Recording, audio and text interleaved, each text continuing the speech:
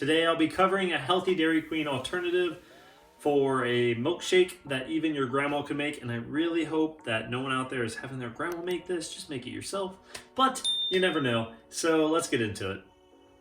The reason this is so easy to make is because it only requires 3 ingredients, which is the Halo Top Vanilla Bean Ice Cream, the Fairlife Fat-Free Ultra Filter Milk, and the MRE Bar, which is real whole food. I chose the crunchy peanut butter cup because I think that'll taste delicious.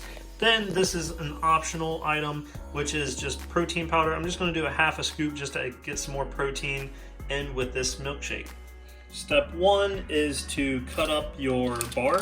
The reason this is kind of important is because if you don't, it's going to be a little texture-wise a little rough. All right, the next step is to add 2 servings of your ice cream.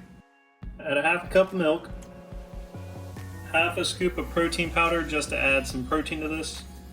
So now we got to blend. Don't forget to add in your toppings. And this is pretty much it.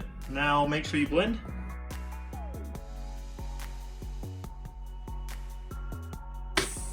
Got our milkshake here, so now it's time to test it.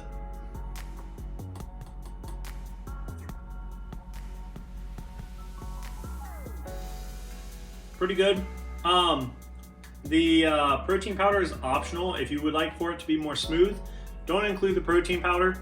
The other thing too, this is not going to be as smooth as your Dairy Queen because of that MRE bar texture. It's going to be a little bit more rough and kind of chalky-ish.